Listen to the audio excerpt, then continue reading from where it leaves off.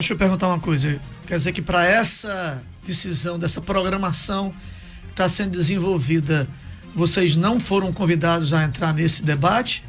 Para se formar esta programação que aí está? Não. Antes deles começarem essa programação, estava a Gabriela, essa que está aqui sentada, e o Anailton Gomes, que são membros da instituição, que foram nomeados para ocupar um cargo no comitê como suplente, titular e suplente, porque a gente tinha que nomear alguém para fazer parte do comitê. Porque como vocês vão criar o comitê, que é essa sala para continuar esse serviço, a gente teve que nomear 2 pessoas. Quando ele surge com a programação toda pronta e com o nome 12ª Semana da Diversidade Sexual de Iguatu e 12ª Parada da Diversidade Sexual de Iguatu. Ou seja, eles estavam e estariam, no caso, até hoje, só que essa história estaria sendo contada hoje com eles. O comitê realiza a 12ª, ou seja, sempre realizaram. Essa é a sacada que a gente entendeu. É tanto que eu me sentei diante do promotor de justiça, tentei explicar para ele, né? E depois com a doutora Adriana, que é a defensora pública. E dizer da situação que a gente estava vivendo. E a Gabriela já foi colocando, eu não quero continuar nesse lugar, porque a gente já está há 2 anos nesse lugar que nunca existiu nenhuma reunião. E a gente continuou trabalhando, ela numa escola, eu na outra. Então a gente sempre trabalhou. Se o comitê não se colocou como corpo físico, como lugar que a gente pudesse encaminhar as pessoas, o que faria essa menina lá nesse lugar? A grande pergunta era o seguinte, que eu queria fazer era o seguinte, porque nessa preocupação também, eu tive acesso ao ofício em que a Gabriela, né? E o Anailton tá aqui, tá não? O Anailton não pôde. Não pôde. Trabalha. Que vocês se desligam do comitê. Seria isso? Eu perguntei. Mas eles saíram por conta própria ou foram expulsos, né? Aí a resposta que eu obtive do pessoal do evento, porque eu não vi vocês por lá e perguntei. Me mandaram aqui o ofício dizendo que vocês teriam saído por livre e espontânea vontade. Foi isso mesmo que aconteceu? Exatamente, porque quando a Gabriela e o Anailton percebem a programação feita com a continuidade do serviço da instituição, mas que eles iriam realizar, o que eles entenderam? Nós vamos estar sendo conivente a um evento que vai acontecer contando a nossa história, mas que nós vamos assumir o lugar de coadjuvantes. Eles sobem no palco e dizem, a partir de hoje, o comitê LGBT do município de Iguatu, em nome do prefeito Edinaldo Lavô, realiza esse evento, que é o da Atrai. E eles estariam junto com isso. Então, para que isso não acontecesse, se a gente fosse apagado de uma vez pela sociedade, eles pediram essa retirada. Nós queremos só lembrar que, só questão de lembrar, é que o prefeito não é mais Edinaldo Lavô. Exatamente. O prefeito é Dr. Ronald. Isso. Né? Okay. Que fique esclarecido, as pessoas que estão nos ouvindo, não confundam. Não confundam. E eu peço perdão. Eu quero já fazer uma outra pergunta a Butterfly, mas deixa eu conversar aqui já esqueci, com o Cacá. Cacá, e diante dessa situação que vocês estão vendo, já se projeta, né, daqui a pouquinho um evento que eu vi vocês falando que vai ter um outro evento. E a gente sabe que o que vocês mais buscam, obviamente, que é essa inclusão e a participação do Estado, né, por direito de inclusão. As paradas que acontecem em qualquer mundo, eu não vejo como, vejo algumas pessoas dizendo, porque fulano tal quer se apresentar como homossexual. O que eu vejo é assim, é um grito de que me incluam, porque eu faço parte dessa sociedade. Eu não sei se é assim que vocês também enxergam esse movimento. Isso. Boa tarde, pessoal. Boa tarde. Eu sou uma das pessoas que nasceu dentro desse movimento através de Butterfly. Tive a grata surpresa na época de receber toda a assistência que a minha mãe até então me entendia como uma lésbica e que na verdade sempre faltava alguma coisa. Quando eu consigo me ver realmente como um homem trans e recebo Butterfly e na época a psicóloga Ana Emília na minha casa para bater esse papo com mamãe e esclarecer uma coisa que ela não conseguia entender, que era difícil para ela. Ela tinha medo de eu sair e a sociedade ia acabar me batendo por aí como ela via com as outras pessoas. Então eu acabei nascendo e vi nesse meu renascimento como Carlos Yonan. Butterfly veio e disse, você vai se chamar Carlos, você aceita? Eu disse, aceito. E até então eu estava procurando meu nome. E ela me vem como minha madrinha de renascimento. Então ela criou em mim, plantou no meu coração a semente do ativismo. Então eu me tornei um ativista através dessa. E ela me chama para reuniões com o Comitê Nacional, me chama para eventos aqui. E através dela eu conheço a minha futura esposa, que hoje é minha esposa, que é a Alice, que foi também muito. E ela deu um ofício à Alice. E hoje a Alice, graças a Deus, eu sou enfermeiro e a Alice está fazendo assistência social. E temos essa consciência graças a todo o trabalho que Butterfly vem fazendo. Graças a todos os encontros e dentro desses encontros, reconhecendo a minha parte que é de homem trans.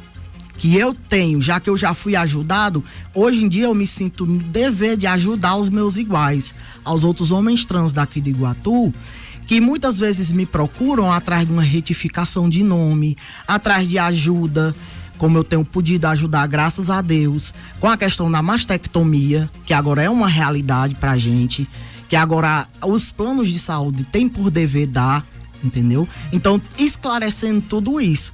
Mas isso só foi possível nos encontros nacionais realizados pela ATRAI, na pessoa de Butterfly e das outras pessoas da associação, que hoje eu estou incluso, graças a Deus. E através disso eu pude trocando vivências e vendo o que era possível se fazer. E aqui estou até hoje. Bom, e eu quero pedir desculpas porque por causa do tempo, né? Nosso tempo está estourando, mas eu queria perguntar a Gabriela, né? A Gabriela Coelho Maciel, que o Butterfly já explicou aqui a situação, né? E diante de toda essa situação, Gabriela, qual é o seu posicionamento? Como é que você entende toda essa situação que está acontecendo? Porque, como eu disse, a coisa que era mais interessante aqui para mais do que ambas as partes era ter todo mundo junto, né? Correndo pelo mesmo caminho, sempre conseguindo melhorar a cada ano. Eu sei que a luta de vocês também é por isso, né? Como é que vocês enxergam esse momento? Não sei se de transição, daqui a pouquinho vocês vão fazer um evento, né? A associação vai fazer um evento, mas é muito difícil fazer, como o Butterfly disse, fazer um evento sem a ajuda do poder público. É muito difícil, né? A gente sabe todas as dificuldades que existem. Qual é o seu posicionamento frente a tudo isso, Gabriela? Certo. Primeiramente, boa tarde aos ouvintes da Mais FM. Eu sou a Gabriela Vilar e eu atualmente estou como secretária da ATRAI. E o meu posicionamento a respeito de ver isso tudo é lamentável, porque, como a Butterfly pontuou, eu estive dentro do comitê, né, e posso falar com propriedade que foram 2 anos sem uma ação, né, sem um manifesto, né, e só vieram realizar agora. Foram mais de uma vez que o Ministério Público interviu, né, perante a este comitê, porque não tem um núcleo diretório construído nesse comitê. Quando ele foi iniciado lá em 2021, na época da pandemia, né, ele foi iniciado com esse intuito de abrigar, de acolher de todas as instituições e o poder público se unir e formar este comitê, né? Então a gente foi para essa posse, e aí quando a gente se depara meses depois da posse desse comitê, nenhuma ação é realizada, nenhuma reunião é realizada, não tinha pautas de reuniões. Simplesmente foi criado um grupo no WhatsApp onde a gente se comunicava, e no começo as reuniões eram avulsas, não tinha uma frequência de reuniões. Então quando eles convocavam alguma reunião, às vezes não acontecia, porque estava na pandemia, mas tinha as reuniões de forma virtual, e às vezes nem as reuniões de forma virtual acontecia. Então, perante 2 anos sem um trabalho, sem uma ação, né, entramos num consenso, eu e o meu colega Nailton, que estávamos representando a associação dentro desse comitê, que não era mais viável a gente permanecer, porque não adianta ter feito nada em 2 anos e só agora querer fazer alguma coisa, né? Então a gente nos retiramos por livre e espontânea vontade, como eles pontuaram aí, não foi de pressão nem nada, mas a gente decidiu se retirar, porque o nosso trabalho é um trabalho sério, e ficar ali esquentando cadeira, como eu já falei muitas vezes, não era viável, não era não era construtivo perante a nossa luta dentro do Iguatu. Então a gente nos retirou, e é lamentável ver isso, porque era para caminharmos juntos, mas infelizmente dentro do movimento em si ainda tem essa exclusão de certas pessoas, que o comitê em si é formado, em sua grande maioria, por pessoas que estão ligadas e estão dentro da gestão. Butterfly, o nosso tempo está estouradíssimo, eu queria que você concluísse. Sim. Nós temos aí o comandante do Corpo de Bombeiros daqui a pouco está nos aguardando para outro assunto também importante. A gente vai acompanhar, obviamente, o desenrolar. Sim. Né? Gostaria que você pudesse concluir diante do que já foi exposto aqui nessa programação. De qualquer maneira, só pegando o gancho da Gabriela, dizer para a sociedade de Iguatu, né, dizer para o poder público municipal, dizer para a Secretaria de Assistência, dizer para todo o grupo que está comemorando esse evento, que é plausível, é maravilhoso que haja. Mas o que a gente está dialogando não é sobre evento. A gente gostaria, em nome da população de pessoas trans e travestis que estão sendo a cada dia que passa mais marginalizadas, vivendo de prostituição, vivendo em situações de calamidade pública, de fome, de extrema precariedade, é que a gente precisa desse lugar. É desse lugar que a gente está falando. É sobre essa sala de atendimento que a gente quer que ela exista. Então, que após esse evento, essa sala venha. Que não seja uma sala só de 4 paredes. Que não seja uma sala só de 4 paredes, não. Que ela realmente existe de 4 paredes e que alguém sente num tamborete para poder atender. Porque se o que disseram para a secretária de Assistência Social, a primeira-dama na época, disse ao promotor de justiça, o doutor Leidomar, nessa época desse documento, que não era possível criar essa sala, porque não existiria recursos para isso. Né? Então, por que houve recurso do dia para a noite para fazer um evento tão grandioso, né? Isso é o que soou estranho, com comendas grandiosas. A gente sabe que ali foi investido muito, né?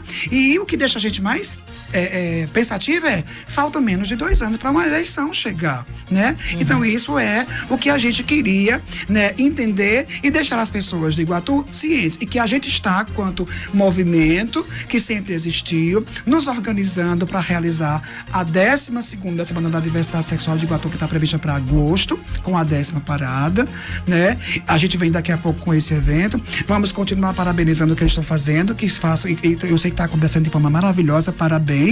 E dizer também que o que a gente espera é que a gente caminhe de forma bonita, de forma legítima, de que a gente realmente não misture a política dentro do movimento que precisa se unir, né? Se a gente continuar olhando dessa maneira, a gente vai continuar prejudicando. Eu diria, né, que o próprio movimento também não pode se deixar envolver. Exatamente. Né? Como qualquer movimento, como associação comunitária, como outros movimentos que acabam se envolvendo, e esses movimentos se acabam porque a política destrói. Exatamente. Infelizmente. Então, assim, a gente vai estar sempre de portas abertas, você sabe disso, para debater, para dialogar e conversar. A gente espera que no final tudo dê certo. Muito obrigada. Beleza? Obrigado pela presença de vocês, Cacá, a Gabriela e ela que chegou. Cléo. E a Cléo. Obrigado pela presença de vocês.